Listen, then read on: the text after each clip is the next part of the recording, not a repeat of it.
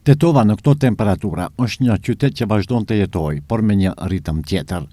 Një tabele drejtorisë për punë hidrometeorologjike tregon se në orën 14 në Tetov janë matur 34.1 gradë Celsius, por në qytet vapa afrikane dhe netët tropikale tashmë janë bërë përditshmëri.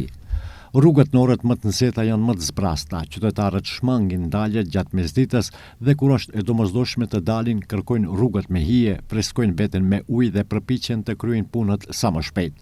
Edhe tregtarët dhe punëtorët që janë të detyruar të qëndrojnë jashtë duhet ta përshtatin ritmin e punës. Uji, pushimet e shpeshta dhe shmangja e diellit bëhen domosdoshmëri. Vapa ndryshon edhe zakonet, takimet shtyhen për pasdite, aktivitetet sportive zhvendosen në orët e vona, ndërsa shumë familje preferojnë të qëndrojnë në ambiente të mbyllura gjatë pjesës më të nxehtë të ditës. Daljet gjatë orëve të nxehta shtyhen për më vonë, pazaret dhe obligimet kryhen herët në mëngjes, ndërsa shëtiqet në qytet bëhen kryesisht në mbrëmje. Për shumë tetovar, vera nuk është vetëm një stin pushimi, por një periudhë ku dita duhet planifikuar sipas temperaturës.